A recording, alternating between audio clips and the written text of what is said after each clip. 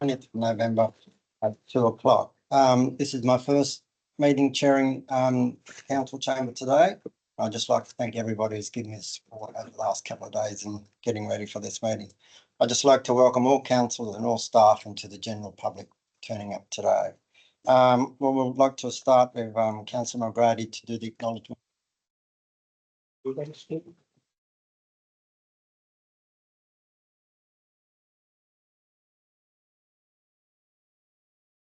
Moree Shire Council would like to acknowledge the Gomeroi people and the traditional owners of this land. Council would also like to pay our respects to the elders as past, present and emerging, and extend that respect to other Aboriginal and Torres Strait Islanders who are present here today. Thank you. You, Councillor Moree. Can we have the prayer, please, by Councillor Williams? Let us pray for the health, well-being and security of our Shire. Let us pray for the health, well-being and respect of the traditional owners of our land, past, present and of the future. Let us pray for the health, well-being and safety of our emergency and essential service providers. Let us pray for the health, well-being and wisdom of our medical and education providers. Let us pray for the health and well-being and give thanks to our families that support us in making honest and strong decisions for the benefit of all in our communities. Amen. Thank you, Councillor Williams. We'll just start with the attendance. Could you turn the view? Can you turn it up a bit? I don't think we can. Can't hear you yet. Thank you.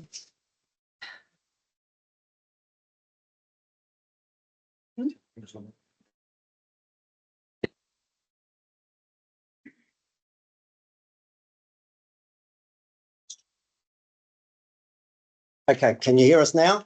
Is that clearer? I think since we've gone to the new audio system, I think the not reach down the back. It's more to do with the online. We do apologise. We'll just have to yell today. So minute taker, can we just have the accordance of attendance, please?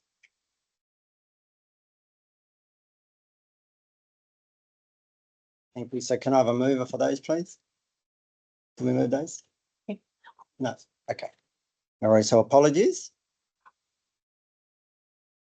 Oh, sorry. We've got to get an apology from Councillor Cass.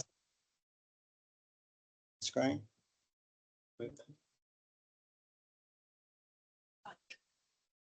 Okay. So we'd like to accept that, please. Yep, all in favour? Aye. Thank you. Carried. Leave of absence. The mayor's on leave of absence today. She's the only one, gentlemen. Yeah. So can we all in favour for the mayor of leave of absence? Oh, resolved. Okay. A big learning curve for me today. There will be lots of mistakes. So thank you. Have we got a request? Any requests for leave of absence? Councillor James. 27th and 28th of November till next week. And do we have a council meeting before the end of December? You have a council meeting that day? What date is this? No meeting. No, that's fine. The next one's in December, Councillor James. Yeah, what date in December? Yeah, no, I'll be away for that too.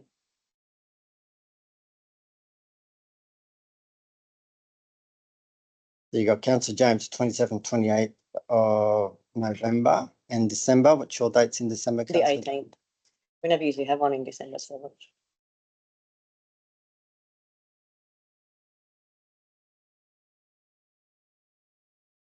Councillor Sawyer.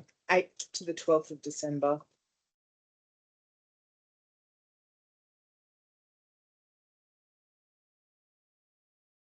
Any other councillors requesting?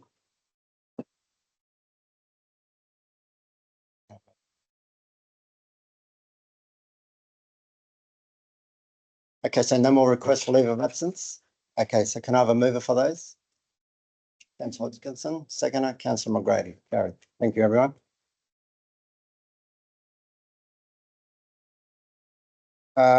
Request to attend by video.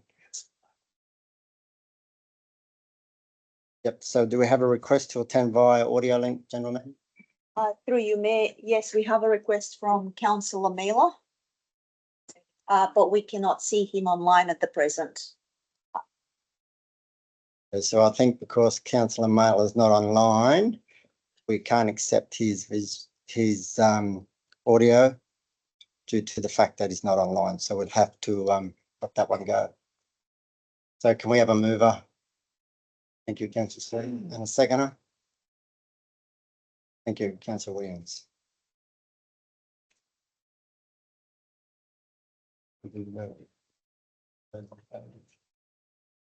So all those in favour to accept?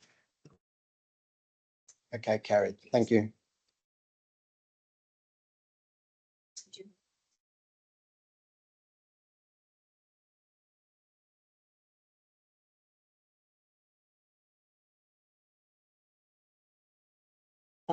Confirmation of the minutes of the previous minutes. I think it's too late. You'll have to tell councillor Mailer that it's too late. I'm sorry. We'd moved it. Sorry, it's too.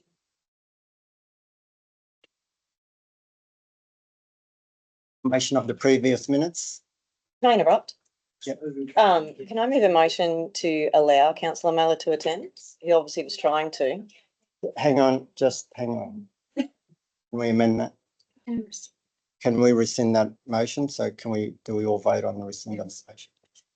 Councillor Every James, councillor in this room yes. is Yeah. allowed to Okay. attend a So I'll put council it to a meeting. vote. Is it all right if councillor Mailer can? Yeah. Councillor Mailer ready to go? We rescind the motion? Okay. Try to look again and we'll let you in. So rescind the motion, councillor James, and then do we have to have a second for the? Okay, so we accept councillor Mailer to come in via audio link. Can we have a mover? Councillor Sawyer and councillor James. Thank you, councillor James. Councillor Sawyer.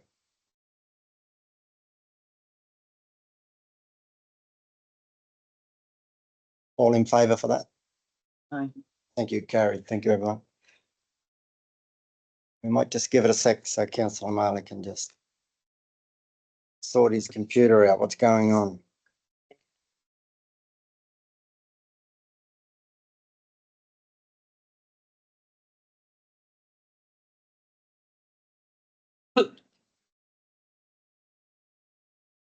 Okay, we'll move forward. We'll do the confirmation of the minutes in October. Yep. Can we have a mover for those, please? Yeah, I just ordered two things. First, to just let everybody know, I did email a correction through to our executive assistant who has corrected that for 17.7. So that's been done for anybody who was querying.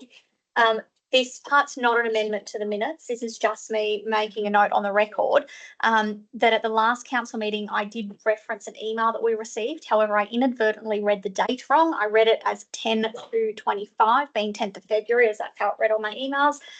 The formatting of the date, though, was month and date, and therefore should have read October 2nd. So I just wanted to correct that in the record. Yes. Okay, thank you, councillor Hodgkinson. Did you get that minute taker? Thank you. So can we have a mover for that amendment, please? Councillor Williams and a seconder. Councillor Sawyer. All those in favour for the previous minute? Can we just have a raise of hands or an eye, please, because we're sort of I don't know who's doing what. So all those in favour? Thank you. Carried.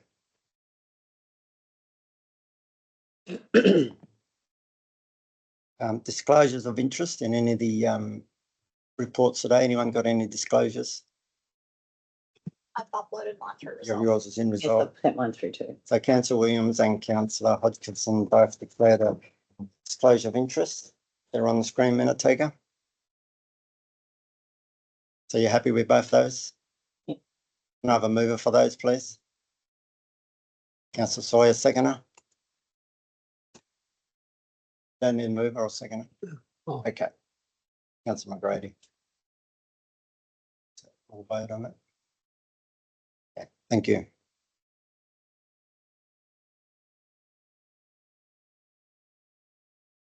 So public forum, we go to the public forum now. So nobody's registered for the public forum. So we can't have any public speakers from the floor today, as you had to be registered by a certain date. Unfortunately, it's not our rules. It's a code. It's a meeting practice was set down by the local LGA. It's not our rule. It's set out by the local government. So No, that's no, it's not joking. It's actually set out in the governance by the Local Government Act. So unfortunately, we can't have any speakers off the floor today. Where can we find the registration? Sorry, you can't comment. Thank you. Acceptance of late report.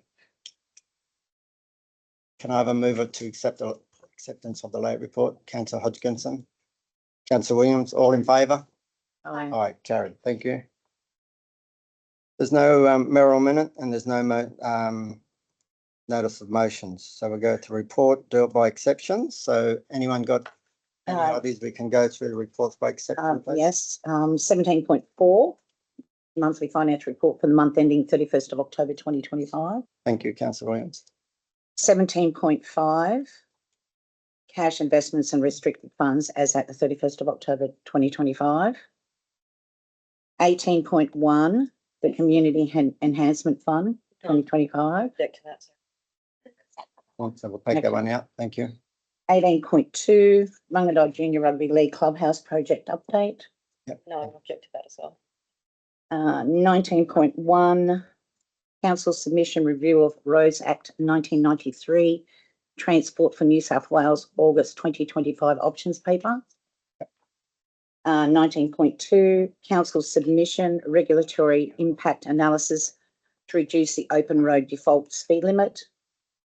And 20.3, the temporary road closure for Christmas in Moree. Okay, thank you very much. So we've got 5 reports there, councillors.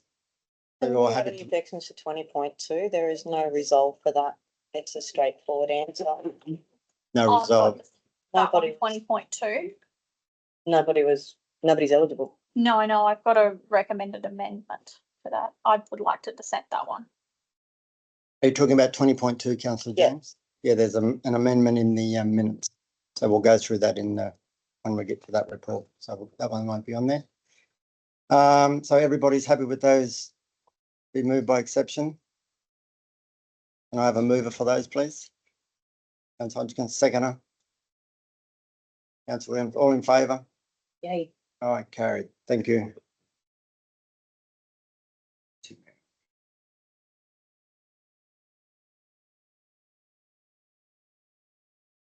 Train of thought now, sorry about that.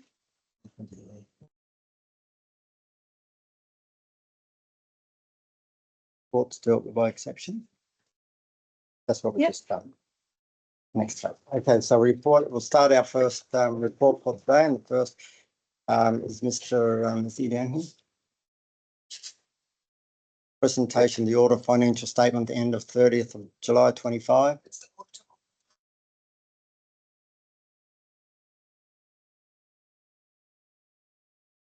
So Mr. Probert was coming down for that one, was he? This I know is coming from the auditors, not. Ah, You not want him.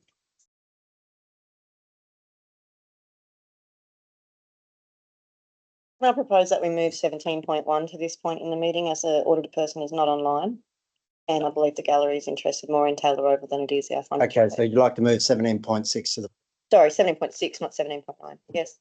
so all in favour to move 17.6 to the first report till we wait for the auditor to come online? Yep.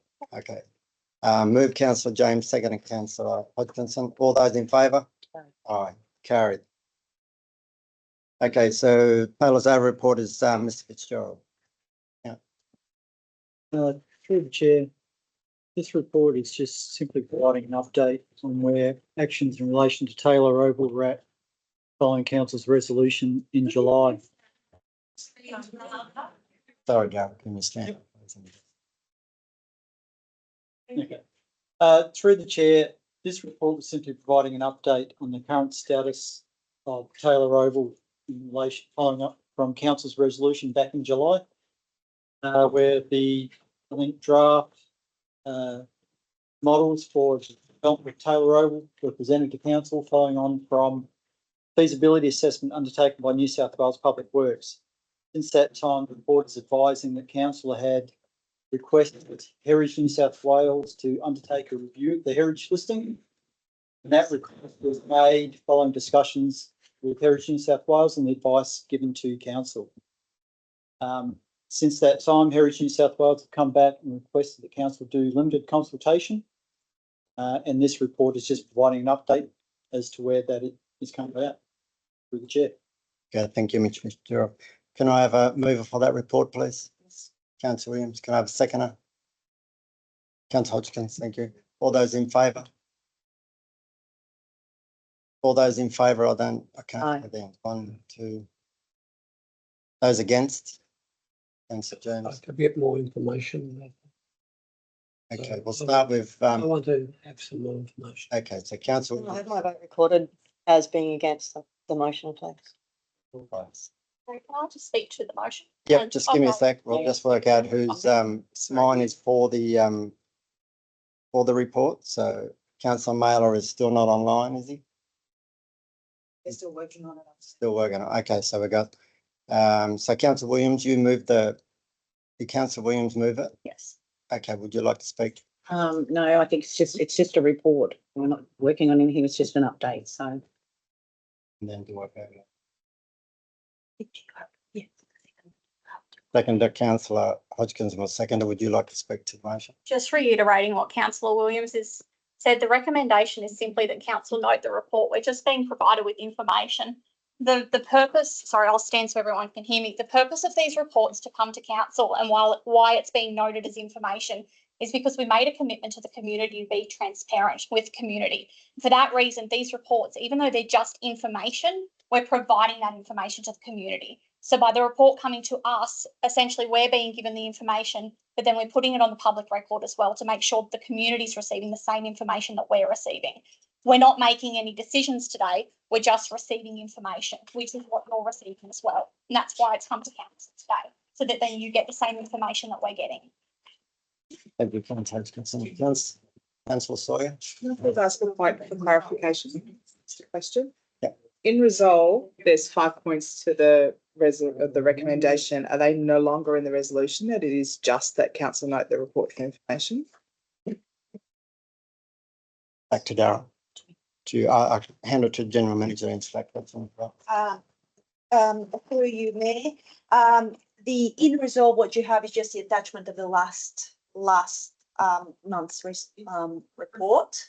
So this is actually the actual report. If you refresh it, you'll be able to see that this is the report with the single notification. Thank Happy you. with that, Mr. Sawyer? Councillor James, would you like to talk against your? Yeah, I'm against the report because I'm against the pool being on Taylor Oval. I have no support for it being on Taylor Oval whatsoever. I don't believe it should go on Taylor Oval, and if anybody's checked lately, you'll see the pool's no longer leaking. Councillor Hodgkinson. Seconded, do I have to respond and ask a question? No, Okay, sorry, councillor McGrady first, so we'll go with councillor McGrady. Yes, my objection is we got to this stage without any consultation at all with the Moree community, with the Aboriginal community. It's a significant site for Aboriginal people there. It's a burial ground, and there'd been no consultation at all until this decision was made by people that did not consult with the community. That's my objection. Thank you, councillor McGrady. Any other comments in regards to the report? I'm last. Councillor Sawyer was next. I haven't voted. By the way. I couldn't remove it. It won't let me remove it. So okay. Provide you response. So you're for the report or against the report? Yes. Against.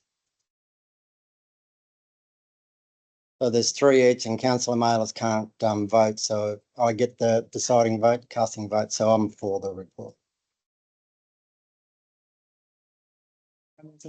Any other questions, councillor? I'm just curious, when it came to the feasibility study, council was presented with a report asking us whether we were agreeable to a feasibility study being conducted. I am wondering why in this instance this is so contentious when people that are against this report voted in favour of that feasibility study. You will note that in that feasibility study, my claim was against, and I said, Councillor James, just. It was a confidential report and I believe that it was unanimous, if my memory serves me correct. Thank you, councillor Hodgkinson. Councillor Sawyer? Just in response to that, I wasn't here. Oh, no, sorry, councillor, sorry, I know you weren't here. at no time have I ever supported the pool to move to Taylor Oval at any Thank you, stage. councillor James. I would like to talk to the report. Yes, there was in a council resolution that we all voted to move down the track to put the pool on Taylor's Oval. The program pool at the moment is up and running, and we don't know the severity of once the hot pools will get up and going. There are lots of issues with the current pool at the moment with the site. There are some other issues there that we can't disclose in this meeting, but unfortunately these reports will come out on our Facebook page and letting the community know what is actually wrong with our old site. Our old site has actually passed its use by date. You've got to understand that pool was built in 1954, and then there's a lot of pools around New South Wales and right across Australia that are at their use by date. And I think as a council and as a community, if we don't move forward, we're not going to end up with anything. So I'm not being disrespectful to any Aboriginal people or any community group, Councillor McGrady. It is just fact of the age of the pool. Yes, okay, Councillor I just McGrady. need to add. I, at the original decision, when it came to council, a vote was taken and I was the one who would not agree to that. So I did not agree Thank you, to Councillor the McGrady. original decision and I still don't agree. Thank you, Councillor. Councillor James, would you like to say anything? Okay, so we voted, so is that it? So we have a right of reply? No, the sad thing with that is that report was, and I will do a right of reply, that report happened behind closed doors and there was no division vote recorded. To my recollection, to the best of my recollection, it was a unanimous vote for all councillors that were here to have a feasibility study undertaken. Now that the chambers are open and it is not a closed report, I find it really fascinating when people's views change. You are wrong. I have never Councillor James, Ever. please. accepted Point of order, Taylor Councillor Oval James. as a place for the pool, ever. Point of order, Councillor. So you James. can sit here and spin your crap all you want, Dominic. Point of order. Point of order, Councillor James, please. Okay, so the report's finished. We've dealt with it. We're going to move on. Okay, so the report's finished. It's been voted on. It's been unanimous to approve the report. And then that's it. So we're going to move on to the next report now. So I'd like to thank the gallery for turning up. If you wish to stay, you're more than happy to. So the pool report is finished. Robert, are you ready to go? Your online people? The orders that are on.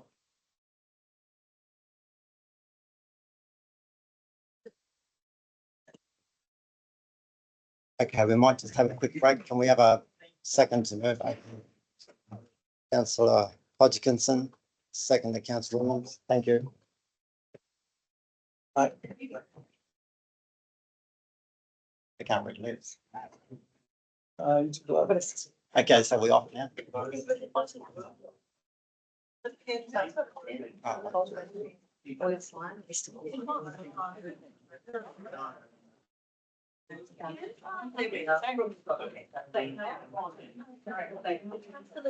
like to refresh yourself.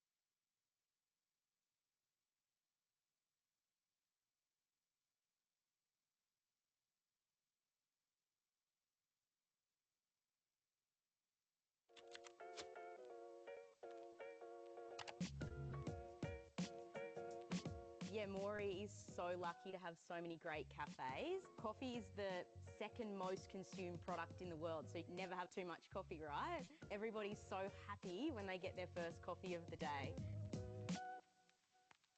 Tiger nut milk is a new alternative milk, and we were the first people to introduce it to Moree, and everyone loves it. Yeah, like Moree's a really good place. We serve great coffee here, and just the art, having a look at the artwork, get a bit of local knowledge about town, a bit of history. We are located next door to Thomas Lee. It's a great position because we get a lot of traffic, and plus we get the local workers. So if you want a bloody good coffee, you know where to find us.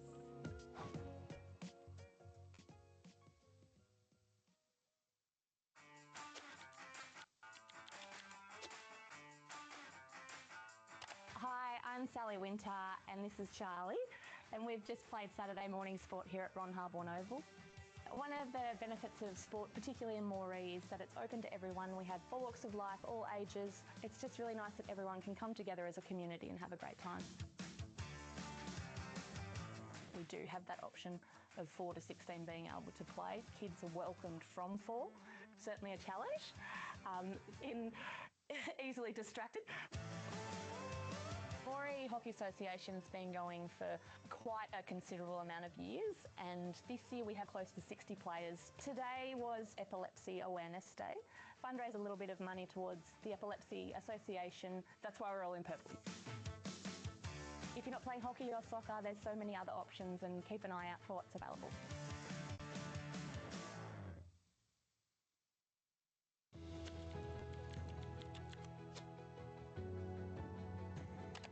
Boomerang's are turning 100 years this year. You know, the club's important, not only just to me, but to everyone involved. You know, we're going through probably 10 generations of families that's come through the club. Oh, it's everything for our community. It's one of the biggest platforms that brings our community together. Yeah, we've got some unreal talent untapped. At the end of the day, we've got around 90 Aboriginal men and women training. The club's for everyone to come in, but it brings thousands of people into town. Well, your club is not successful if you ain't got your supporters, you ain't got your volunteers, your auxiliary ladies that do the canteen, you know. So it all adds up to, you know, a community, a family club. I'm married, I've got 4 children, you know, my kids came through the journey with me. Yeah, it's just a good day for the whole community. It's good to see the boys putting in and Moree's winning today.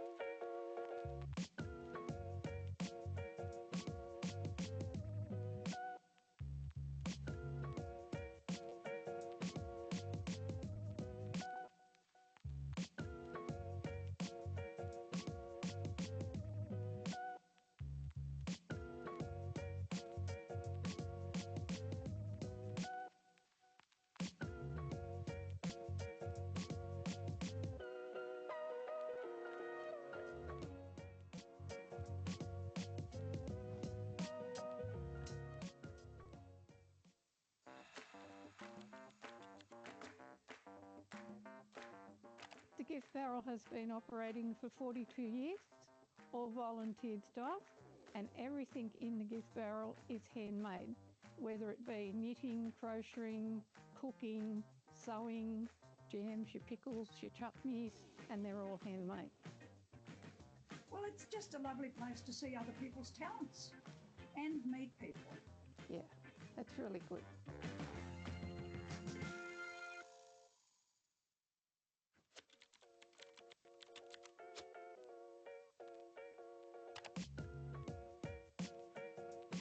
Yeah, Moree is so lucky to have so many great cafes. Coffee is the second most consumed product in the world, so you never have too much coffee, right? Everybody's so happy when they get their first coffee of the day. Tiger nut milk is a new alternative milk, and we were the first people to introduce it to Moree, and everyone loves it. Yeah, like Moree's a really good place. We serve great coffee here and just the art, having a look at the artwork, get a bit of local knowledge about town, a bit of history. We are located next door to Thomas Lee. It's a great position because we get a lot of traffic and plus we get the local workers. So if you want a bloody good coffee, you know where to find us.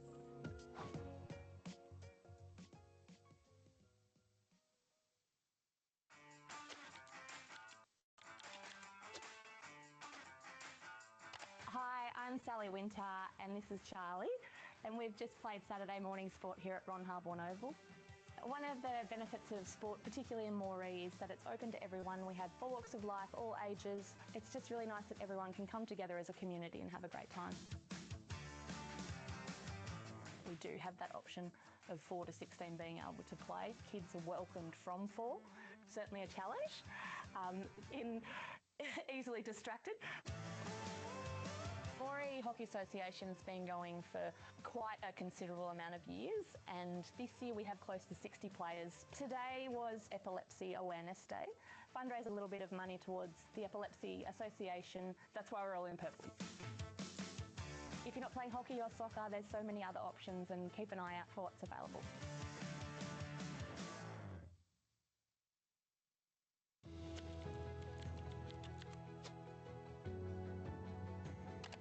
Boomerangs are turning 100 years this year. You know, the club's important, not only just to me, but to everyone involved. You know.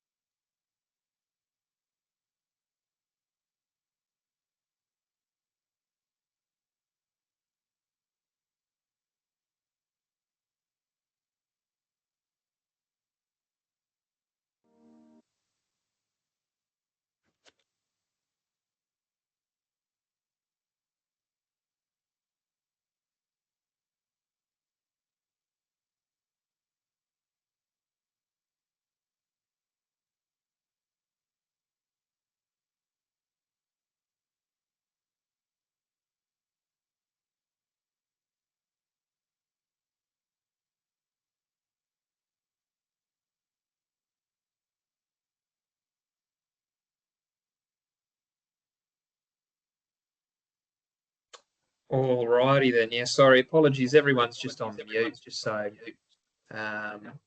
didn't through. But no, thank you very much for having me.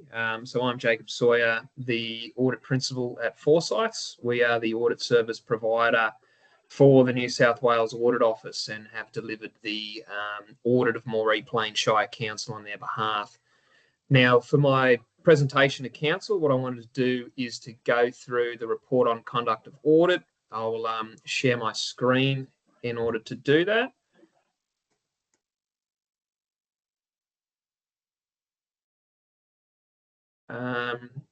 Is that fantastic? That looks like it's come up. Alrighty, so I'll just go over some of the key highlights of this report. The first one, which is very good news, is that we have issued a unmodified opinion on council's general purpose financial statements, which means that the audit procedures that we conducted, we did not find any material misstatements in those financial statements. So an unmodified opinion is a really good result, and you know, that's a testament to the work that management and council have done as a group to ensure the quality of those financial statements and information being provided to us in a timely manner. Now, this report goes through some of the financial results of council during the year. I just wanted to draw your attention to a few of the bigger movements for the year.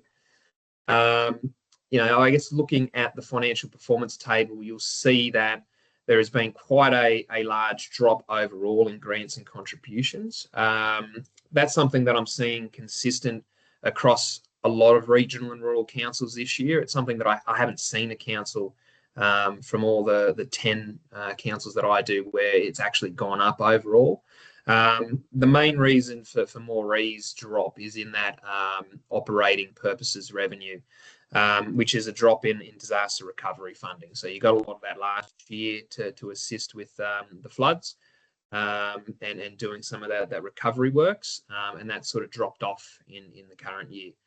Now that has had a flow-on effect to your operating result from continuing operations and the net operating result for the year before grants and contributions provided for capital purposes. So essentially what those two numbers are is the operating result is your profit or your loss for the year for anyone who is involved in business. And then the next one is the result before capital grants is an adjustment made to that profit or loss to take out the capital grants. And the reason why that is relevant for local government is that capital grants, due to the mysteries of the accounting standards, the capital grants are shown as revenue, whereas the expenditure that goes, capital grants you've received to build assets of council. So the money received is put into revenue. However, the expenditure is actually recognised in the balance sheet through asset additions. So there's a bit of a timing difference there between when the revenue is recognised versus when the expenditure is going to flow through the depreciation schedule. So that's why there's two operating results there, just to indicate, well, if you tried to match only operating revenue with operating expense, it's a slightly worse situation in terms of that. So that's the key highlights there, and you can see in this graph here the trend over time. So because of the amount of grant funding that council's been receiving over the last few years, it's a bit lumpy. So there's no really clear trend. It was 8.6 million operating result in 23, and then jumped to 12.6 and has now dropped to 5.5. So there's no clear trend there other than the fact that it's been quite lumpy as a result of grant funding. I've just received a thing. Is there any issues with my presentation here? Oh no, it has dropped off there. I'll share it again. The joys of technology. So yes, this is the graph that I was talking about. The lumpiness of the operating result.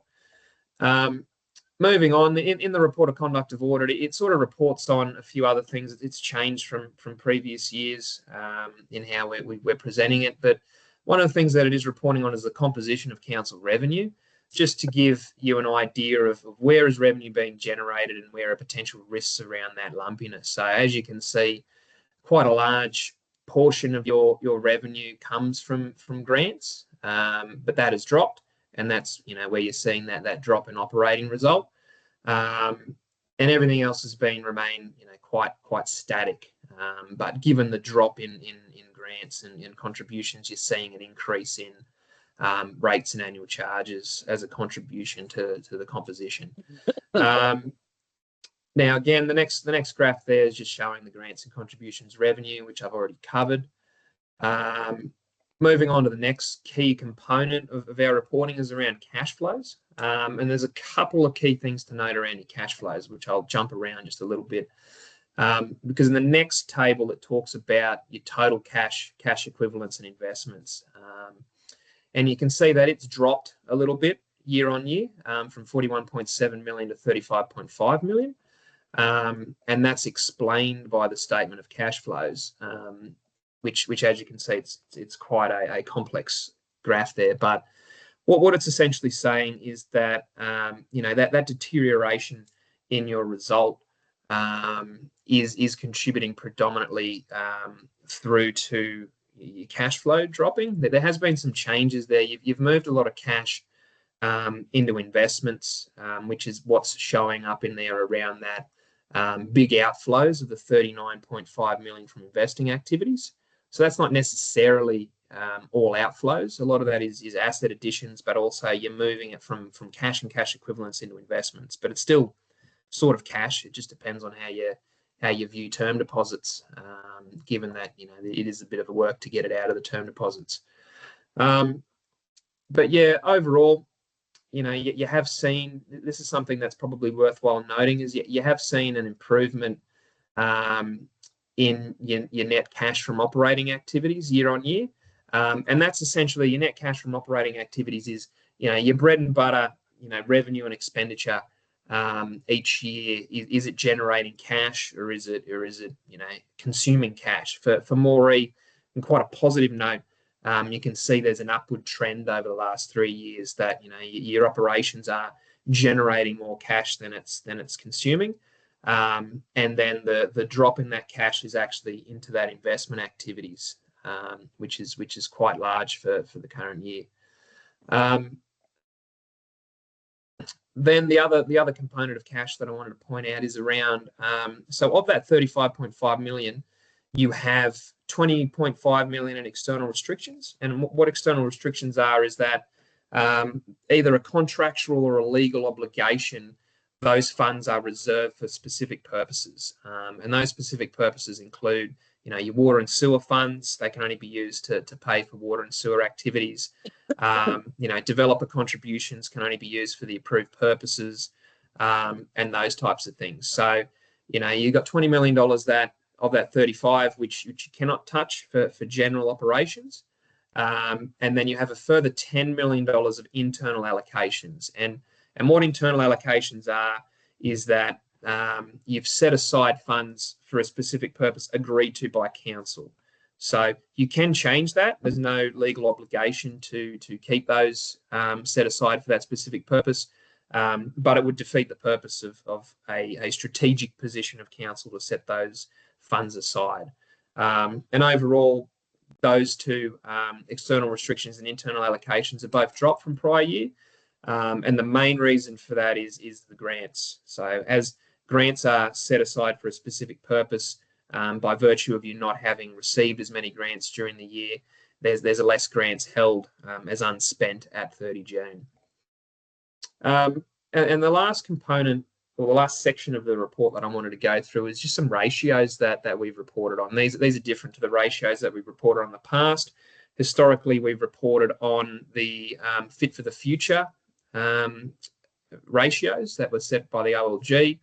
They are no longer required to be reported in the code, so the Audit Office has decided to come up with some of their own ratios that they'll report to sort of tell a story around council's financial performance. So the first one there is council's liquidity, the unrestricted current ratio, which is the ratio of unrestricted current assets to current liabilities, less specific purpose liabilities. So you'll see that there was a big jump last year to 3.8 versus 1.8 in 2023 and 1.5 in 2025. The big component of that is that council had a large amount of receivables last year, around grant funding. It's again grants, it's a tale of grants, which didn't happen either the year before or 2 years ago or this year. So I consider that the 3.8 last year was more of an anomaly, and the 1.8, 1.5 is sort of more where your unrestricted current ratio sits. So there's been a slight decline in that compared to 2023. The next graph here is the available cash to cover expenses. So what it does is it's trying to work out, well, if you took out all of your external restrictions from your cash and cash equivalents balance, and then how long would you be able to operate paying for expenditure if no more revenue came in? So it is a bit of a slightly misleading ratio for regional and rural councils, and I'll give the caveat on that, because you have external restrictions such as, say, water and sewer funds, where the expenditure for those funds is actually an operating expenditure. So it's not actually as bad, or as the result will be higher if it was adjusted for that. So it's saying that you've got 3.3 months you'd be able to fund operating activities without any further cash injection. But in reality is you would be able to go longer because you'd be spending money for water and sewer funds throughout that period. But pleasingly, it has improved from last year. The final graph here around infrastructure, property, plant, and equipment is just showing a bit of a summary of where you are spending capital expenditure. So you're no surprise that a vast majority of it is going to transport assets. You know, compared to other assets, it's by far your largest asset class. So in total, a bit of a summary, you spent 22.6 million on renewal. That's improving the capital value of the assets that you currently have, taking them back to improving their condition, versus $11.6 million, which was spent on new assets. The next, it sort of goes through and talks about your debt. Your debt has reduced during the year from 39 million to 37.5, and that's just through repayments. There was no new debt taken out by council during the year. And you know, there's a graph here talking about your debt to service cover ratio, which is again talking about operating cash to service debt. The deterioration of that, you know, looks like, oh no, it's deteriorating every year. But again, you've moved a large component of your cash and cash equivalents into term deposits, which is you know, decreased the cash and cash equivalents during the year. But you know, it's really just transferring that into investments. So I don't think, you know, it hasn't deteriorated like it's showing in that trend. You know, the key component I mentioned earlier was the 5.5 million net decrease in cash year on year. That's more of a relevant component to council than the debt service cover ratio. So that's, I guess, the crux of my presentation to council. I'm more than happy to answer any questions around the presentation or the conduct of the audit as a whole. Thank you, Mr. Jacob. So does anyone have any questions to Mr. Jacob? Oh, sorry, Mr. Sawyer. Mr. Sawyer, you had a question. Same spelling too. Must be related somewhere along the line. By marriage, probably. Quick question with regards to the rate. You noticed an anomaly in 2024 for the unrestricted versus restricted cash, I think, was 3.8. Is that correct? This is the second and third last page that you showed. There was a ratio there that you used like as a bit of an indicator. Oh, and yeah. The council liquidity. Yep. Yes, that's right. Thank you. Just for my non-super accounting brain, where should we potentially be aiming for? You said 3.8 is an anomaly. It's about 1.5 on either side of that. Is there, if it's an indicator, what should we be looking for as a councillor? Yeah, is there a sort of a guideline of where are we best placed? Yeah, that's a very good question. I guess as the auditor, I can't give you any advice on that. All I can sort of say is around, you know, what else I see out there. So that'd be you know, if in the previous ratios that we used to report, there was a similar ratio around a current ratio. It wasn't exactly the same, but the OLG sets as their benchmark 1. So that means that there's $1 for every $1 in current assets versus $1 for current liabilities, right? So that basically means you've got sufficient current assets to pay off those obligations. However, you know, if I was running a business, you definitely want a buffer to pay for any to deal with any risk. So, you know, OLG is looking for 1. I would be looking for something higher than that. On the other side of things, if you go too high, you know, you might have an issue there where you're not appropriately using your capital. You know, you're not getting the results that you need to be. So it's up to the risk appetite of council. But you know, as I said, OLG 1 and other councils, they do sort of sit, from what I see, regional rural councils around that 1.2 all the way up to 2 is where I sort of see the range.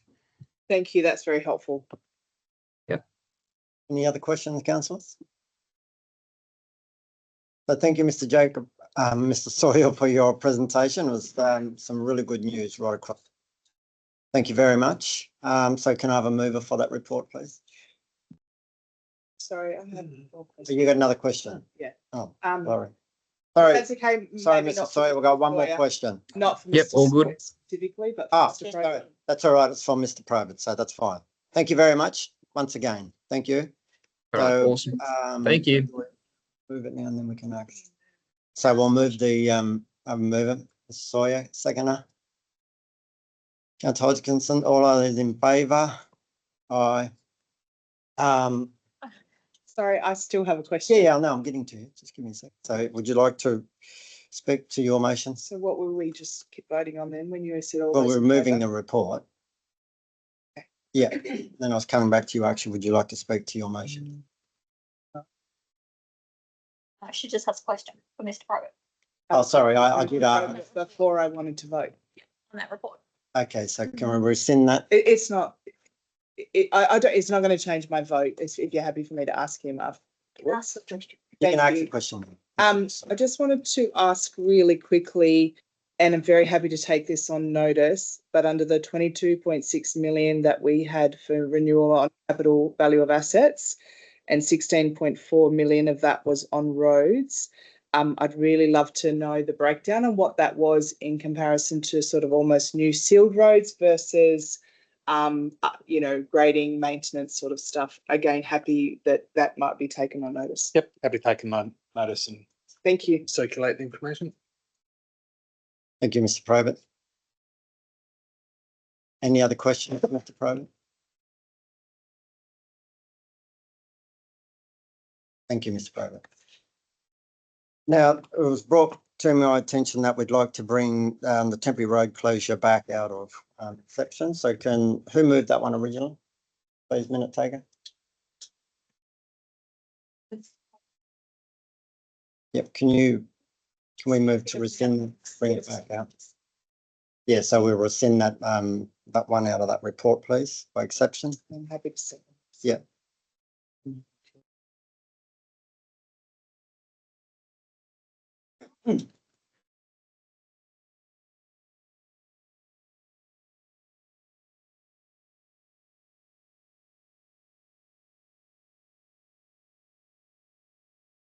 Okay, thank you. So we'll move on. We finish with that one.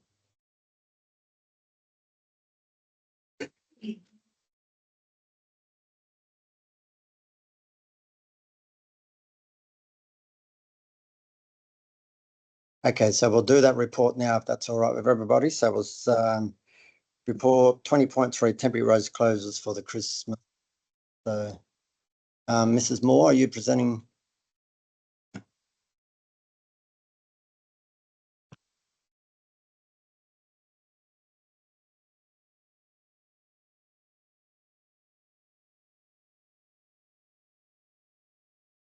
Thank you, Mr. Moore. Through you, Mr. Mayor. I just wanted to provide an update on the Christmas closure. I have been able to speak with 12 business owners within the CBD. 7 out of those 12 business owners are willing to remain open a bit later on the 27th, or Thursday, 27th of November. However, there's still no Chamber of Commerce promotion event or anything happening that night. Just not sure on the whether it's operationally worthwhile if we close the street or leave it open and just invite people to come up, have a look at the shops that are open and stay for the tree lighting, which will be around 7:30. Okay, so Mr. General Manager, you'd like to comment? Through you, Mayor. So in light of this information, in order to actually be considerate of the ratepayers funding and the fact that there isn't an event, it is suggested that rather than approving that road closure, that the updated staff recommendation is actually to not have the road closure in mind. So council staff are asking for council's review of a possible alternative motion to not have that closure. Thank you, Mr. General Manager. Councillor Sawyer. Just have a question through you, Mr. Chairperson, Mr. Deputy Mayor. Sorry. Mr. General Manager. What was the reason initially for putting it forward? Was there a request from shop owners, or was there, it obviously what didn't come from the Chamber of Commerce? Yeah, through you, May. Originally, council staff expected that there would be a organised event with opening shops like in previous years that would facilitate well organised through a business chamber event. And that hasn't eventuated, and therefore now that we know that there isn't going to be an event then, but there may be an event later on, it is mismatched timing for staff to then be closing the road for a non-existent event. Mr. Sawyer? One more question, sorry.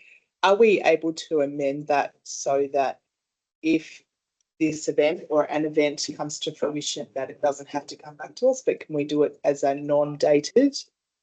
The next council meeting would potentially be a little late to approve something? Through you, May. Yes, or the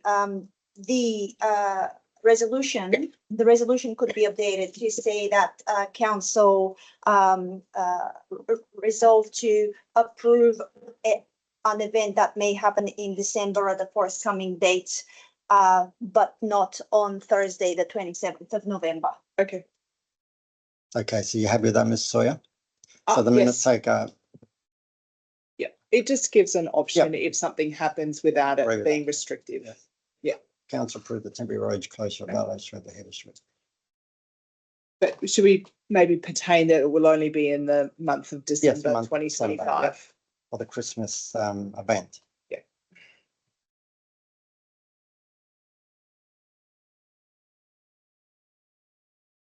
Yes, Mr. Stoneman, would you like to comment? Is that to be delegated to the general manager? Well, we can put that in the resolution if that needs to be put into the resolution. So can we have that? Council provide delegated authority to the general manager. Well, actually, the council needs to approve it, doesn't it? And then provide delegated authority to assign the permit to that date. Yes. Yeah. And also approve the temporary road closure, and I would go at the end for a Christmas event and provide delegated authority for the general manager to issue the permit. Is that correct? Is that how it works?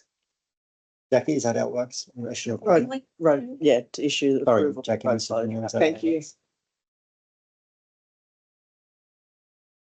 So thank you, council. Are we happy with what's on the screen? Approval. Sorry. Approval, not permit. Christmas event for delegation authority to issue.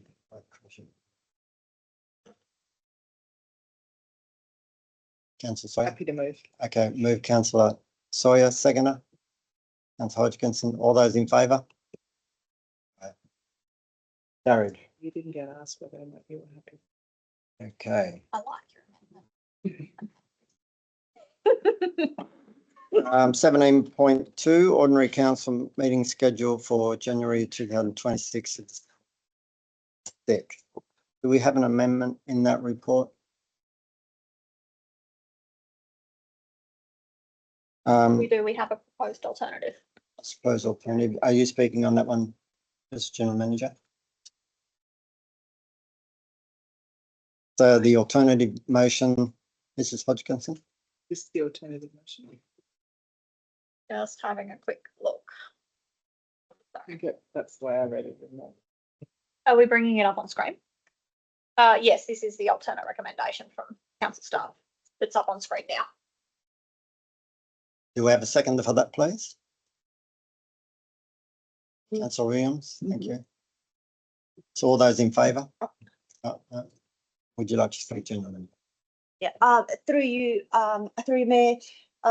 This is a proposal for the council meetings for next financial year, for the next calendar year, to continue with them being on the third. Can we just stop moving? Thank you. The third Thursday of each month, and with the opportunity to hold the open public forums in the March and September months. And then our addition is, if we scroll down the screen, you will see that the new addition, if we can scroll down, is point number 5, that councillor workshops or frankly any other meetings are held on Thursdays. So in order to ensure that councillors their times is respected, because there have been occasions when we've organised meetings on a Tuesday and a Wednesday and we're missing councillors, and this is more of a commitment by staff to make sure that any other requirements outside of council meetings are held on a Thursday.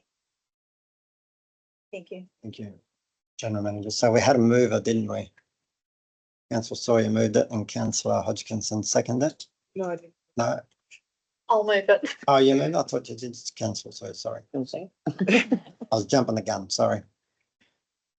A seconder? Councillor Williams?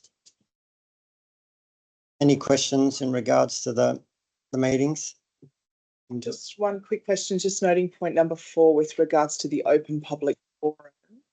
Can we maybe note on there, just purely for transparency, given earlier meeting today, that when we have a public forum, which is applicable in every council meeting, that they also need to register 72 hours prior? Could we maybe pop that in there? I know it's not critical to the actual intent of the resolution, but it just might be another way that people get information about how to register for the public forums that are in, not the open, but the ordinary public forums that are available in every council meeting.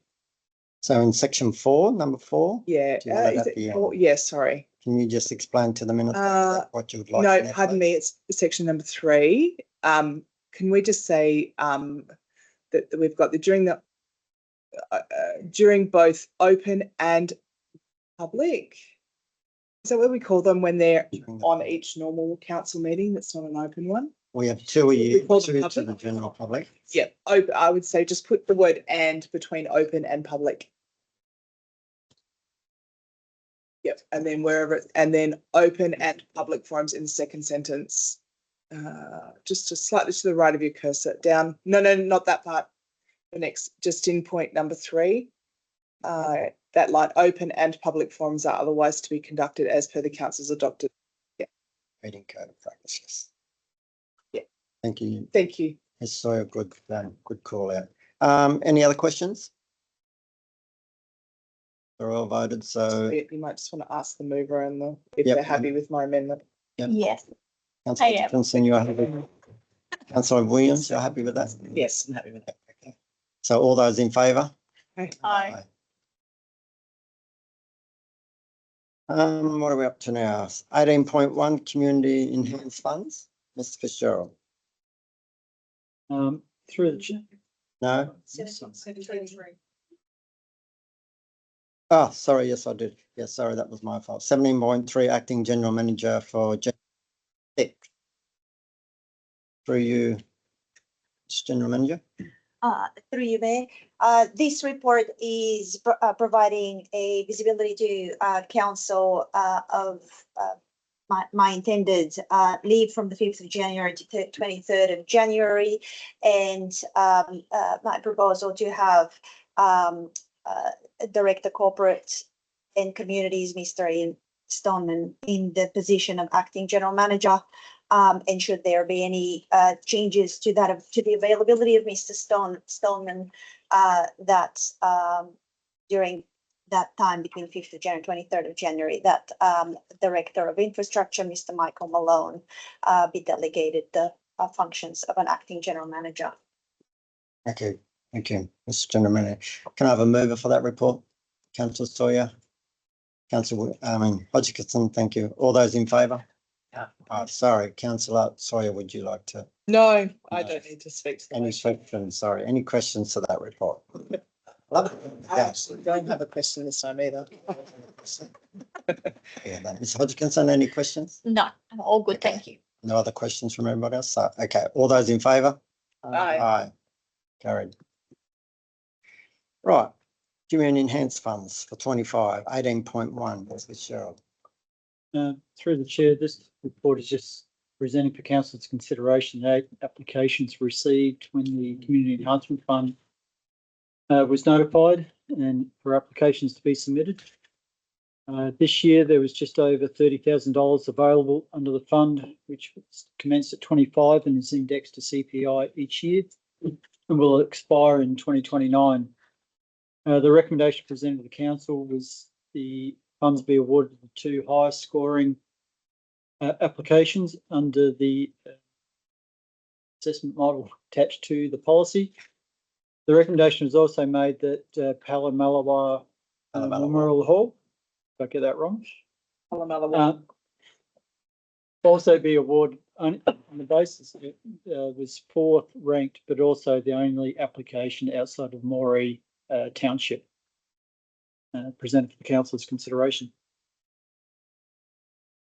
Thank you, Mr. Fitzgerald. Can I have a mover for that report? Councillor Sawyer, a seconder. Offer an amendment. Yep. Councillor James, what would the amendment like to be? Georgiana is a private company, organising art things for the gallery down here at the not 61, sorry, at the Social Co. Social Co. Is this to enhance her business? Because the enhancement fund was for things that are not for profit, such as map productions, outdoor spaces, all that sort of stuff. So fluorescent lighting. I don't believe she should be garnishing $12,000 to run a arts class that somebody's going to have to pay to attend. Thank you, Mr. James. Councillor James. Mr. Fitzgerald, was there a reasoning with the additional information that she supplied? Can you give us a rundown on what information was supplied? Through the chair, the way the funding application was prepared, no, they're not charging for this service, but we can't calculate whether that would flow through to any other benefit to their business. But the intention of the funding application is no, they wouldn't be charging for the service. Thank you, Mr. Fitzgerald. I'd like to move an amendment that we split the funds of Georgiana Studio to $6,000, and then give the rest of the funds to. Sorry. Yeah, on screen. More Historical Society. I'll second. So we're happy with so 6,000 to Georgiana Studios and the rest to go to the Historical Society. So that's an amendment. So all those in favour? Sorry, I am jumping. Can I have a mover for that amendment? Do we move the amendment? Okay, thank you, Councillor James. And can we have a seconder? Kelly's the seconder. You moved it. Oh, I moved it, sorry. Yes, thank you, Councillor James, for reminding me. I've got no other comment on it. So all those in favour? Councillor James? Oh, God, geez, this day's just getting better by the minute. Councillor Grady, would you like to say something? Sorry, before we. Yeah, absolutely. All good? Okay, so everyone happy with that? Just Kelly. Councillor James, I did ask and you said no. I said I wanted to. Okay, Councillor James. You go, Councillor James. Okay, the Moree Arts and Community Theatre, they provide a show every single year for the community, and a lot of the kids and stuff get involved. A lot of their funding and stuff, I'd assume, would come from ticket sales or donations from the community. So that's a not-for-profit sort of organisation that people volunteer to be a part of. So that's really great. The tennis courts at Pallamalawa, they have been in bad repair for many years. We've let that go completely as a council. I note that on there is Widden, which is actually a private place, so it actually can't be. I just had a query though about the homes for the aged. Like it's for non-accessible pathways.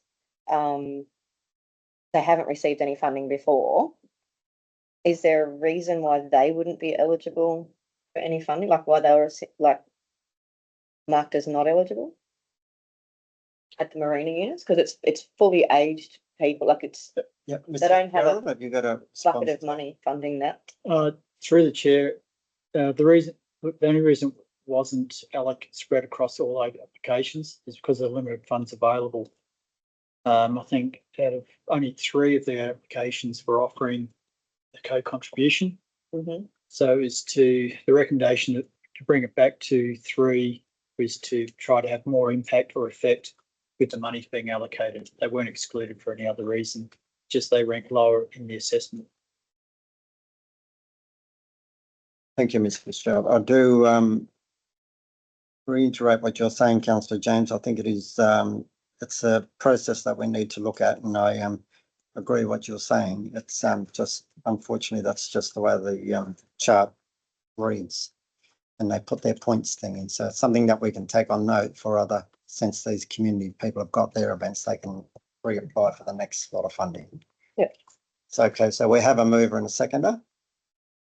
So we've just got to vote on it now, don't we? So all those in favour for the amendments that's on the screen? Carried.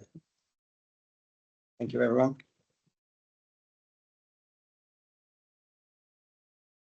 You want to have a quick break, or you want to go into the vote? Okay, so we might move that we go into a quick break. Councillor James, move. Councillor Grady, second. All those in favour? Carried. Thank you.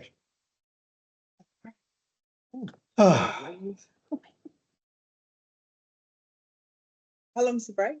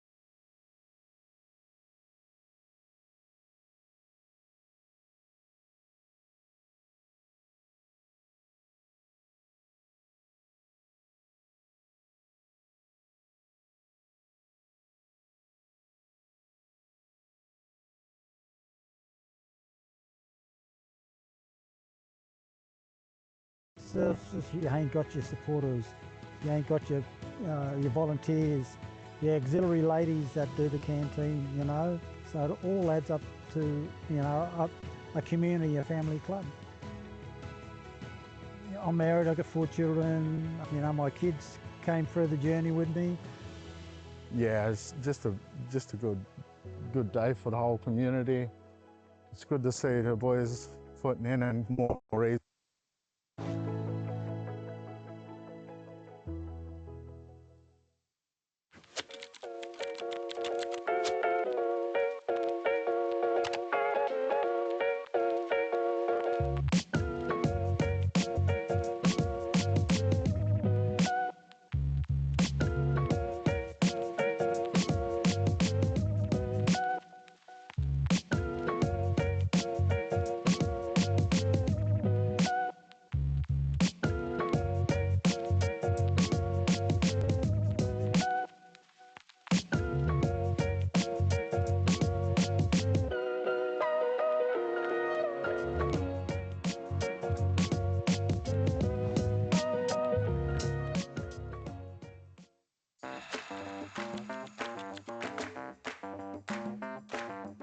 The gift barrel has been operating for 42 years, all volunteered staff, and everything in the gift barrel is handmade, whether it be knitting, crocheting, cooking, sewing, jams, your pickles, your chutneys, and they're all handmade. Well, it's just a lovely place to see other people's talents and meet people. Yeah, that's really good.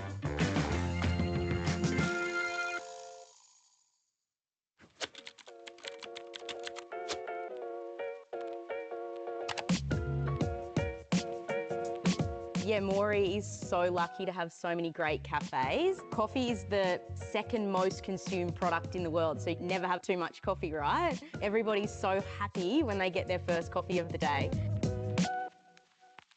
Tiger nut milk is a new alternative milk, and we were the first people to introduce it to Moree, and everyone loves it. Yeah, like Moree's a really good place. We serve great coffee here and just the art, having a look at the artwork, get a bit of local knowledge about town, a bit of history. We are located next door to Thomas Lee. It's a great position because we get a lot of traffic and plus we get the local workers. So if you want a bloody good coffee, you know where to find us.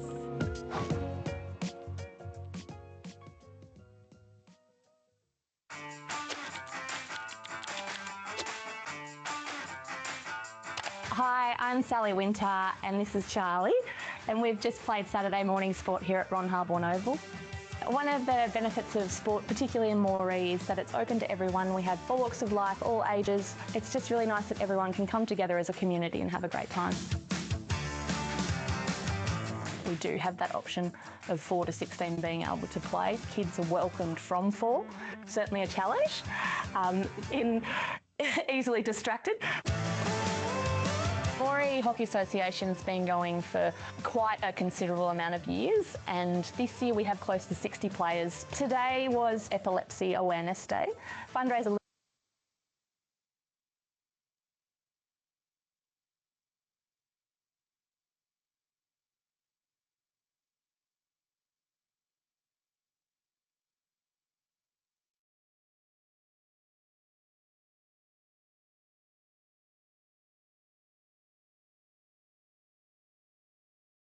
Okay, welcome back, everybody.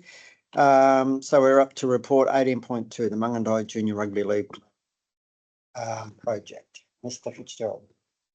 Through the chair, at the July council meeting, council approved a budget variation to fund the demolition of the structure down to subfloor and requested a further report come to the November council meeting. So this report is providing that update. The demolition work commenced on 10th of November and is now being completed. I can advise council that we will be organising an engineering inspection of the subfloor. The demolition has now identified a number of concerns with the quality of that subfloor work. We've also had SMK go out there to do the survey of the piers.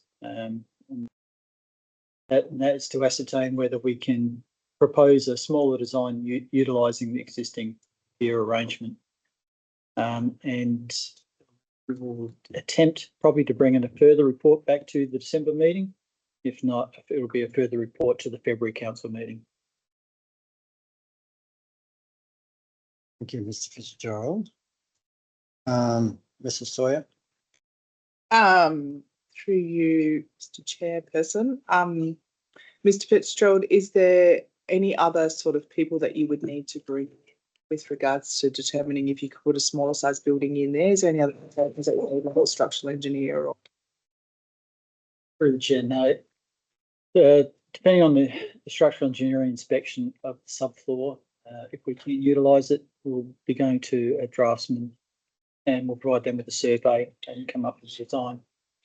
Is that a cost to council, or will Mungandai Junior Rugby League Club foot that bill for any other further consultants? Through the chair, no, at this stage there'd be council's funding this work. The grant received by Mungandai Junior Rugby League has been expended. So it's budget variation. Thank you. Councillor James, you got something?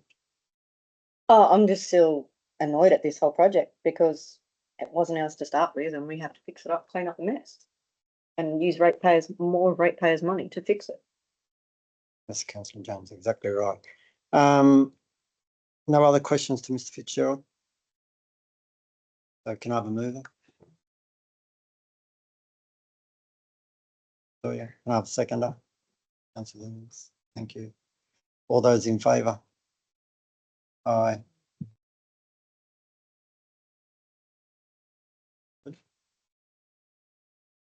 I guess say 21.1 draft annual report for 24-25. This is good.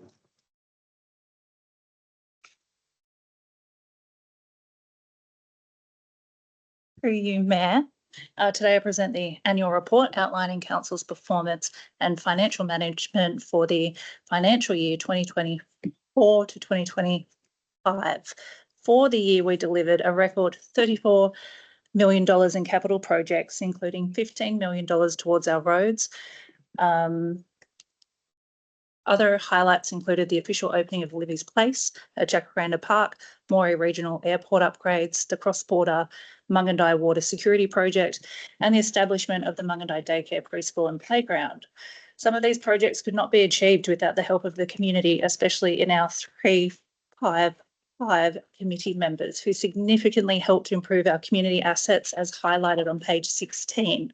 I'm pleased to include our audited financial statements within this document, marking a significant milestone in transparency and accountability that we have not achieved since 2022. Following feedback and further analysis, the initial draft report has been amended to incorporate additional considerations to provide greater clarity in attachment number 2. Is there any questions? And for me, any questions? Councillor Sawyer?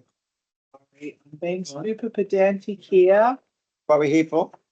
You just mentioned 15 million on roads and our auditor's report says 16.4 million on roads. Are we talking about the same reporting period? Might be a question for the general manager. The audited financial statements from Mr. Sawyer, that was the same financial year, was it? Is this October to October? So this is the annual report for which is the same period that the auditors presented for.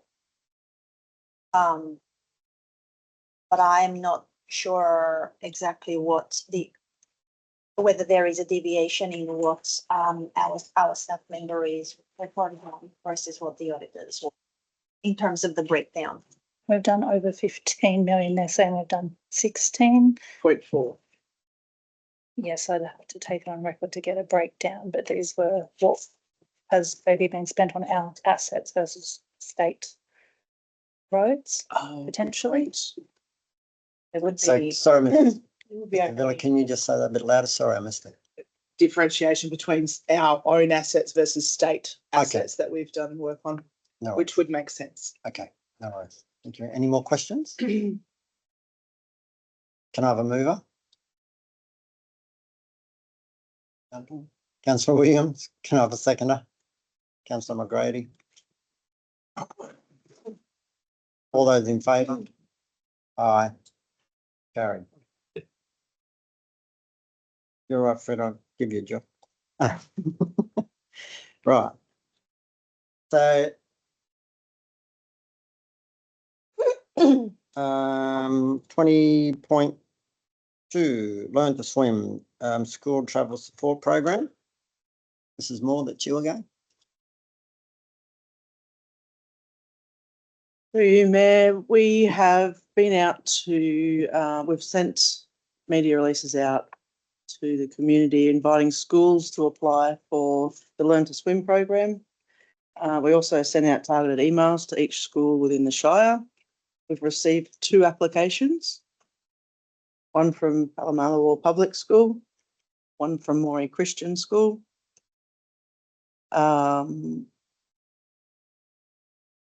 Sorry, yes, and so Palomalawar is deemed ineligible due to the fact that in the guidelines, the school is to be within the Moree Township. Second point for the Moree Christian School is that we made an alteration to, can we just go Amendment, down a we little did make bit? an alteration to the Yeah, amendment. amendment, sorry.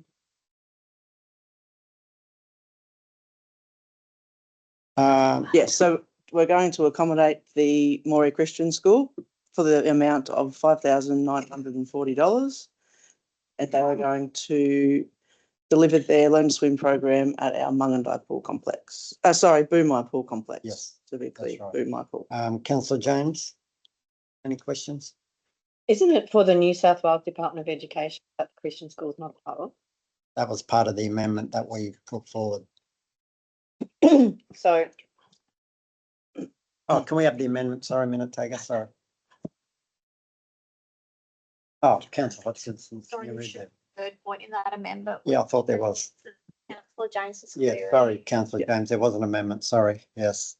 Sorry, does the minute taker need me to email it to them? No. Sorry, we'll pass to the general manager, she's going to get clarity.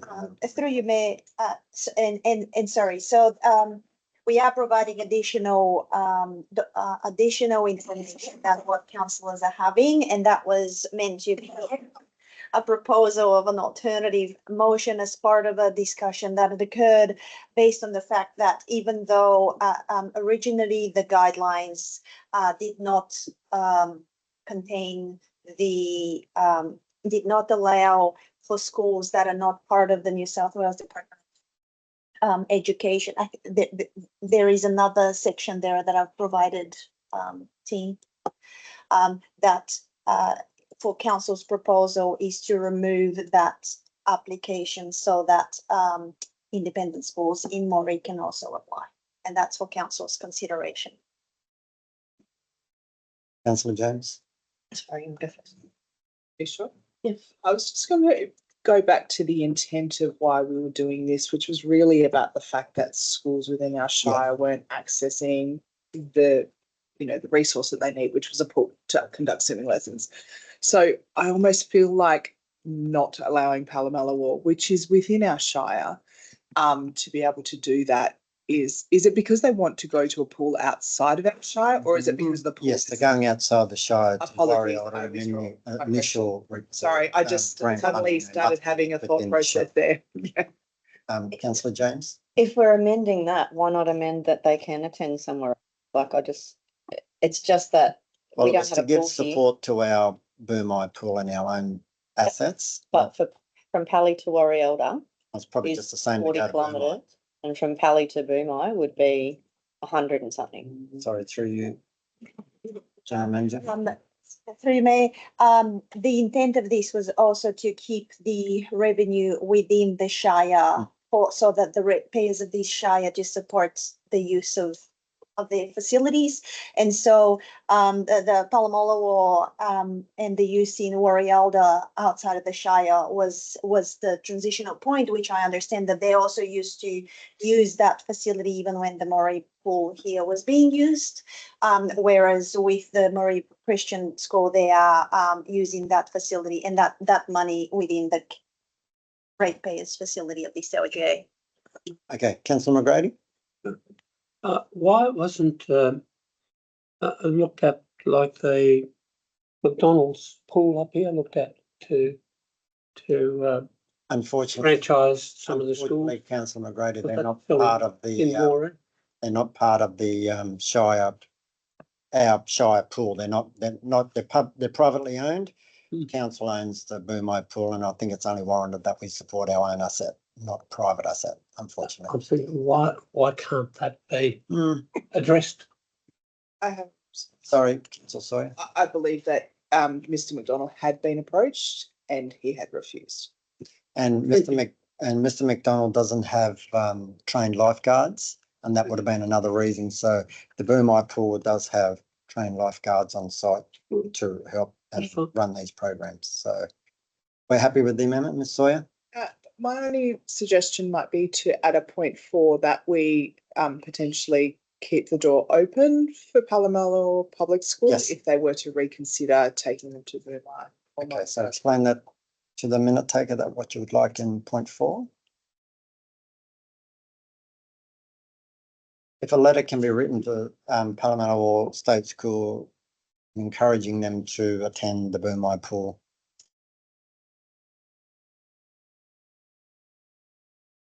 Something else, but Yep, Councillor McGrady. For instance, if the Boggabilla School applied for. Yes, Councillor McGrady, they are entitled to this as well. Gundawindi is 10 kilometres away. But yet they could be eligible to come to Boomai, which is 60 kilometres. Yes. I think the intent was to support the Boomai pool after it been shut for so long and support the staff out there. So that's one of the reasons that we went down that track to begin with. So. I just think 300. Sorry, Councillor. An hour and a half each way travel from Pally to Boomai. That's 3 hours for the day plus half an hour lesson or an hour lesson. It's 4 hours out of the school day. They're not going to do that. No, but it was just a recommendation that we put forward to schools. If the schools found that it was difficult to do, and that's unfortunately a lot of schools have found that difficult. So, good on the Moree Christian School for taking it up. So, okay, we're happy with that amendment, Mr. Sawyer. 4. So, excuse me. Councillor Williams. So that would make, if we include the Moree Christian School, that would then could include St Phillips as well. Yes. Yeah. Yes. All private schools and all schools across the Moree Plains, and that includes Boggabilla, Mr. McGrady. So, if you wish to talk to the school out there, I'm sure a letter did go out to all schools. Mrs. Stoneman, did a letter go out to all? Yes. Only Moree with them. Oh, the Shire, yeah, Mrs. Moore, sorry. Yeah, sorry, through you, Mr. Chair. A targeted email did go out to every school. Okay. And just as a side note information for everybody, the program is 25-26 summer. So it's not that the program's cut off or anything now that we've received applications. Councillor James. For the 26. Village schools are excluded because the policy says that the schools must be located within the township of Moree. Mrs. Moore, what was originally put in there? Sorry, I didn't hear that. It's just got that the schools must be located within the township of Moree, which excludes all villages. Yes, through you, Mr. Mayor, I wasn't actually involved in developing the guidelines, so I'd have to take that on notice. Okay, so we'll take that on. We're involved in establishing those guidelines. So, and Mrs. Sawyer, did you have something else? I was just saying that I think it was a council set up the guidelines, were we not? Yes, probably was back in our what meeting? General manager was that one brought forward? Sorry, Councillor Hodgkins. From memory, when the discussion was had, and again, this is just from memory, when the discussion was had, it was that the township of Moree, the schools in the township of Moree haven't had access to a pool for Learn to Swim for quite some time, whereas it was recognised that Palomelo were accessing the Warrielda pool from memory, whereas the other townships in our Shire that took into consideration was, I believe, because Boggabilla, I think, were utilising Gundawindi from memory. Boomai, obviously being one of our villages, they, with a school, they also have a pool in their village. Same with Mungandai, they have a pool in their village. So the purpose of the Learn to Swim fund was for the transport, and that's why it was Moree Township that was considered, because they were the ones that were not benefiting, or sorry, they were the ones being disadvantaged for so long because they didn't have a pool in their actual township. So that's why those guidelines were set. Thank you, Councillor Hodgkinson. Any more questions to Mrs. Moore? Seems like, Sorry, Councillor Gray, you go. seems like an issue between the education and the local members of Parliament. Yes. No. And a lot of it falls back to local council too, Councillor McGrady, just us being so long without a pool. It was just it was put up by the mayor to bring this forward to give give the schools an opportunity. And unfortunately, in the original resolution, as Councillor Hodgkinson said, we missed out on the two private schools, and it was brought forward at the meeting the other day that we include those schools. So, yeah, thank you. So, no more questions for Mrs. Moore? Okay, so can I have a mover? Mrs. Hodgkinson. Sorry, minute takers, Ms. Hodgkinson moved it. Would you like to? And Councillor Sawyer. Would you like? Ms. Hodgkinson, you want to reply? Okay, so can we? No, thank you. No, thank you. So all in favour to provide that funding? Aye. Carried. Thank you, Mrs. Moore.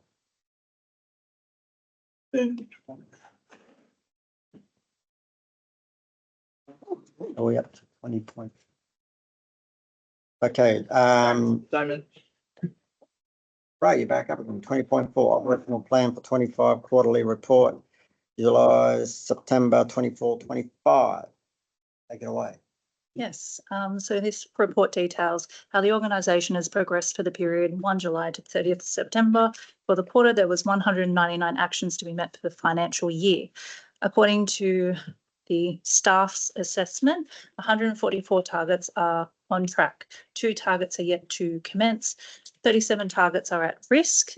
9 targets have been done, primarily completed last year's with the acquittals finalised this year, and 3 targets it is requested that they are discontinued. Is there any questions? Any questions, councillors? Let's give Mrs. Sawyer a minute. She's reading the report. She might have a question. Give me a moment to formulate a question. Yes, Yeah, I'm ready. Not a question, actually probably more of a comment and a bit of an acknowledgement, I think, in the last 12 months too, that I think I cannot remember what the proportions were from the previous year at the same time, but my recollection is that we're significantly improved in terms of track progress. So I think it's worthy to note that on the record. Thank you. Councillor Hodgkinson, did you have your hand up? Yeah, I did. Sorry, can we just scroll through that because I'm not sure about everybody else's resolve, but the recommendation showing in our resolve. So we've got the attachment, but just not the recommendation, that's all. And obviously with discontinued items, we need to see those.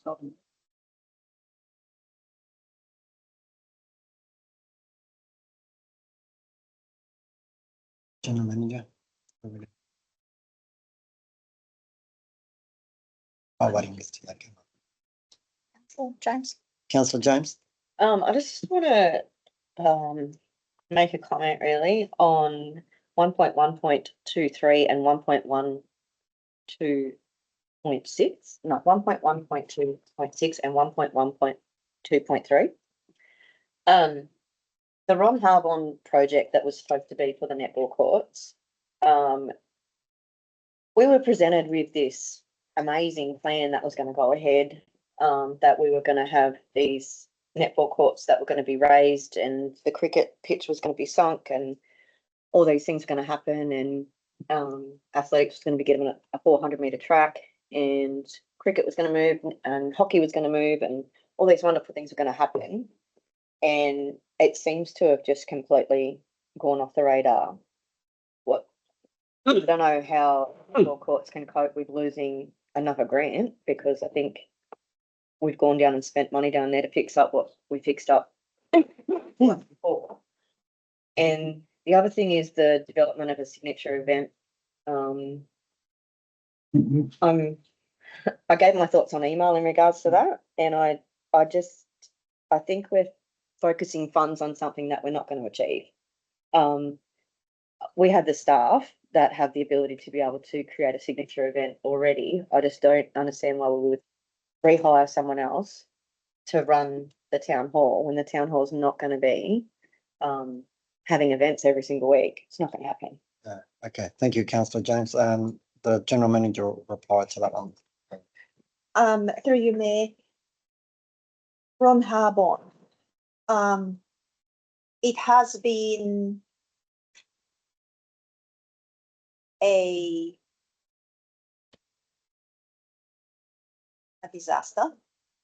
And at the moment, Director in Planning and I and a couple of staff are actually trying to make a last ditch effort to make some improvements. It won't be the significant improvement that was originally designed, which frankly isn't suitable for the size of this council. It's too late for us to try to fix it. We have got the Office of Sport actually a couple of weeks ago gave me a letter of discontinuation of the grant, and for good reason, because we've had it for so long and had not done much with it. The reality is that we had asbestos in there that had costed us a whole bunch of money, and it needed to be resolved and rezoned for recreation. Hadn't happened, the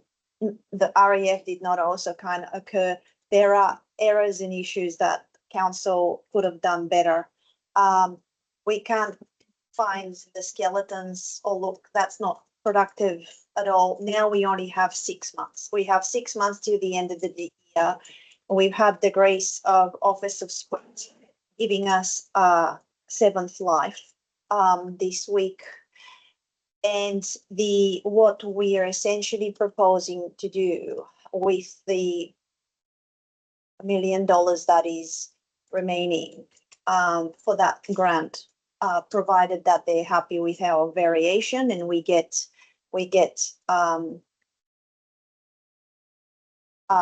invoices that actually can assist us with that, is actually improve some of the amenities that are existing there and make a better facility for the team to use. If there won't be another oval, we just don't have enough time or enough resources, or that's not enough. It's not going to be able to do it, and we won't be able to have the track. But we are absolutely going to provide value for money, $1 million. And we have got up until middle of December to provide them with variations as to what we can make do out of this. And we are going to be borrowing a couple of staff members that are doing something else to make that work. So we are thankful for, I guess, for the community providing us that patience, and apologize for the fact that we could have done better. We haven't, but we are where we are, and we're going to do our best with what we have. In terms of the signature event, we frankly have been let down by, I'm going to be careful how I say it. We've been let down by a stakeholder that we've had in this situation.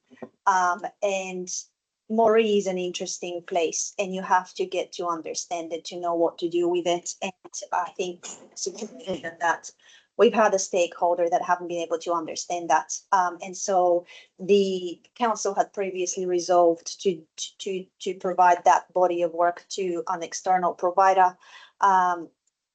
That external provider sidestep that situation, so that report won't be coming to council, because there isn't anything coming now to council. That body of work has been discontinued because that stakeholder does not believe that Moree has an opportunity to have signature events. And obviously we believe otherwise, so we will provide that. But as you may have seen in your visitation of Memorial Hall, we are going to have something to be proud of, and we're going to be a bit more agile in how we activate that place. And there are other ways to do that other than that just one single event, especially when we have Run the Plains, we have Moree on the Plain, we have a whole bunch of other things. So we will make some of those improvements. They just probably won't be as originally intended, but they will probably be better. Thank you, Mr. General Manager, for your honesty. That's what the community needs, and unfortunately, it was something that we inherited as the new council, and we're working on resolving these issues that we sort of took over as a new council. Ms. Finlay? I just wanted to ask if it could be rolled down, but it has happened. Thank you, because there is a change of description at the Okay. bottom. I'm aware that some councillors aren't able to see it. So you're saying it's the changes there? Yes, the change of description at the bottom, action 1.1.2.2, Parks and open space, master plan. just a change of the wording. Okay. All councillors happy with that? Can I have a mover, please? Councillor James, seconder. Councillor Grady, thank you. All those in favour? All right, carried. Okay, thank you. Bella, we're going to confidential now. Do we want to move the other one? Okay, so what, hang on a sec, well, just sorry, councils. We'll go to, can we move that we bring 20.1 forward? Local Lands Council street lighting, so, and then we'll do the confidential one last. Yeah. Okay, move councillor James, second councillor Grady. Thank you. Mr. Fitzgerald, is this one yours? It's in confidential. It's in confidential in resolve. Our notes are marked as a confidential report. Are they both? For the street lighting here, it says confidential public summary and then it says confidential report. Okay. That's what's in no our worries. resolve. I'm not sure why. Okay. I don't see anything confidential in the report, but we didn't do it.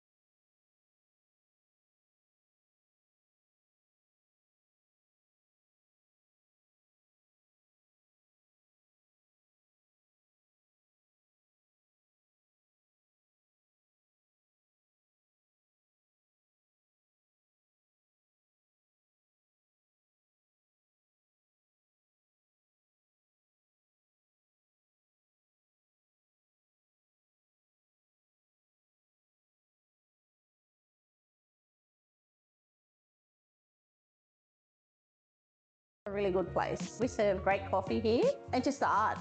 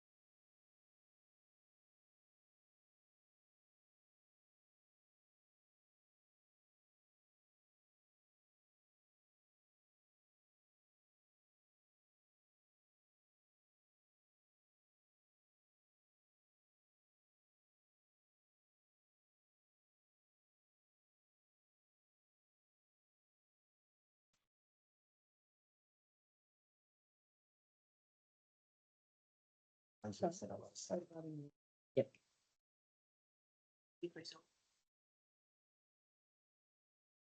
Okay, we'll resolve this report. Now I hand over to the This is the resolution on report number 22.1, the caveat consent request for Lorella Holdings. Council resolved that council delegated the general manager authority to execute the consent for Lorella Holdings Pty Ltd with an ACN 657951374 per the draft caveat consent. Yes. Confidential attachment to this report. Number two, that for the avoidance of doubt as to the scope of authority and responsibility for general manager set forth in section 335A of the Local Government Act 1993, council affirms and resolves that the delegation of authority to the general manager includes the execution of licenses, leases, caveats, and easements relating to or affecting council land or to protect council's interests. That such delegation is subject to the existing financial threshold of $500,000, and this resolution is intended to clarify and confirm the scope of general manager's authority under section 335A and does not otherwise limit or expand the statutory responsibilities conferred by the Act. Thank you, Mr. Orlando. Better move on a second. So it's all going. Right on again. Back to the next one. So thank you, everyone. So the last report for the day is 23.1 local lands council street lighting. Is that Mr. Fitzgerald? Through the chair, this report is recommending that the council invite Moree Loup to enter into discussions to go and potentially enter into an asset management agreement for their road and associated infrastructure within the Moree and Stanley villages, and that we do so on a cost neutral basis to council. The report has come around because since early 24, there's been discussions between council and contractors acting on behalf of the state, because Stanley and Mihai villages received funding under the Roads to Home program for infrastructure upgrades. The program, one of the objectives is not only to achieve the infrastructure upgrades within Aboriginal settlements, but also to create potential for subdivision so that they can enter into private land ownership and use that as one mechanism to drive improved social outcomes. Now, those discussions with back in early 24 and through all of last year and early this year was around upgrading the road standards to comply with our requirements. To achieve that, that's if they do future subdivision. To achieve that, Essential Energy also need to move the existing lighting infrastructure. Now, at the moment, they're not proposing subdivision. There's been no discussions around that, and part of that has been, I think, around funding constraints. But about 2 months ago, Essential Energy, through the contractor managing this, sent correspondence into council, wanting council to enter into public lighting consent form to sign it.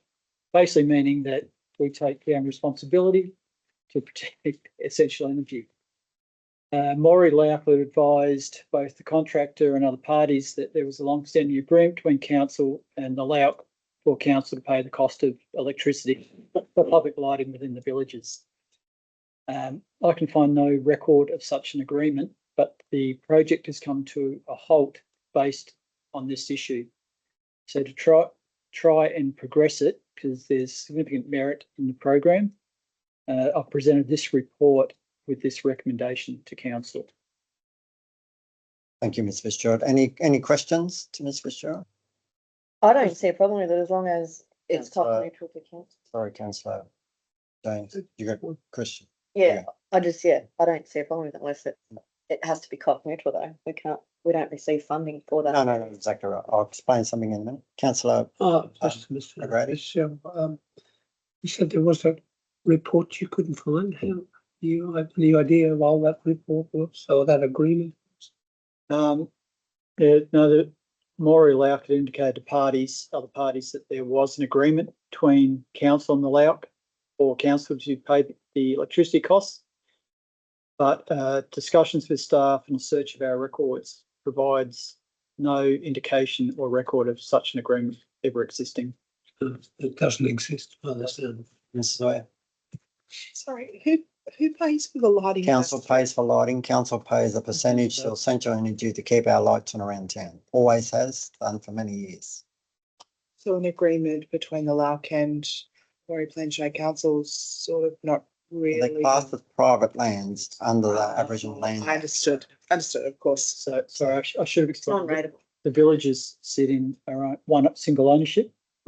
So the idea of this program is to allow future subdivision. So infrastructure internally would comply with council's requirements or to accommodate subdivision. So should that occur, then rates would be payable by each individual homes and they'd no longer be exempt. Yeah, I understand that. And in conversation with the local Aboriginal Lands Council, they have applied for several funding opportunities to try and beautify the two villages. And this is just one of the proposals that they put forward. And yeah, they're still going for more funding to upgrade the villages and make the villages a lot more respectable in there. Because the villages have aged and then they're working hard to maintain the villages. So that's the local lands council. So any other questions to Mr. Fitzgerald? Just one. Yep, Councillor McGrady. What are the issues to be resolved? Are we looking at roads, lights, poles, or what other infrastructure is unresolved? What that we need to know about? It's not so much resolving the infrastructure issues, because in terms of the road upgrades, they'll comply with our requirements. Essential Energy will relocate the existing lighting infrastructure and they'll also underground the electricity. But they won't do that until there's clear responsibility for who pays the cost of the street lighting. So the discussions here with the Lauk is around if we enter into a management arrangement, we'll take that on, but the Lauk would then pay council and cover our costs for doing that. Councillor James. I don't think we have a right to be able to do that. I don't think we under native title and stuff. Wouldn't that come under? The local Lauk has applied to the homes to roads to home. Roads to home program for funding for the roads and for this sort of stuff. So this is a piece of infrastructure that they need to get these roads and that maintained. Yep. So it's a But they want us to maintain it, but then they want us to pay for the power and poles. No, they just want us to, Mr. Fitzgerald can answer that properly. Through the chair. The Moree Lauk haven't proposed anything to council at this stage.